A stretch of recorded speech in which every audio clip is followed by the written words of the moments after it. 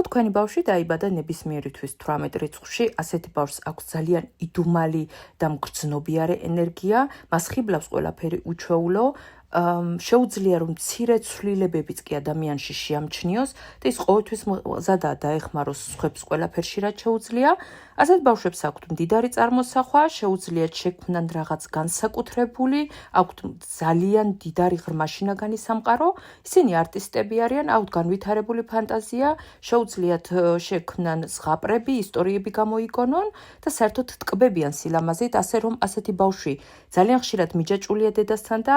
ასეთი დედა ყოველთვის უნდა ეცადოს, რომ ასეთ ბავშვს გვერდში დაუდგეს და არ ეცადოს, რომ ის ზედმეტად დამოუკიდებლობაში გაუშვას, რადგან ასეთ ბავშვებს ახასიათებთ შიშები, ფობიები და მშობელი მნიშვნელოვანია მას გვერდში დაუდგეს, რომ ეს შიშები დაძლიოს, რადგან შემდეგ უკვე მომავალში ეს ძალიან მკაფიოდ გამოიკვეთება და მას ხელს შეუშლის საერთოდ განვითარებაში.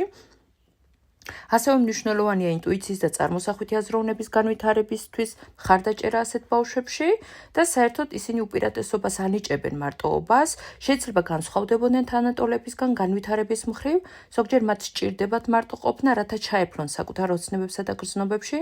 მაგრამ შეიძლება გამოვლინდეს უარყოფითი თვისებები, საერთოდ მდიდარი წარმოსახვის გამო ასეთ ბავშვებს შეიძლება ჰქონდეს მრავალი ფანტაზია, შიშები, ფობიები, რაც იწვევს მარტოობას და იზოლაციას. ამან შეიძლება გამოიწვიოს პრობლემები მარტოობის, გაუგებრობის, ზედმეტი მგრძნობელობის და შეხების გამო.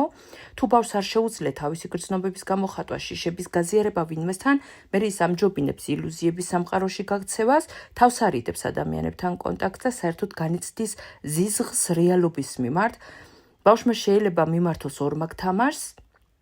და საერთოდ ღიად არ გამოხატოს თავისი აზრები, დამალოს ან გააზვიადოს ის რაც ხდება, ის შეიძლება გახდეს დაუცველი მგრძნობიარე, მას შეუძლია დაეყრდნოს სხვების მოსაზრებებს და ზედმეტად გაწიროს თავი,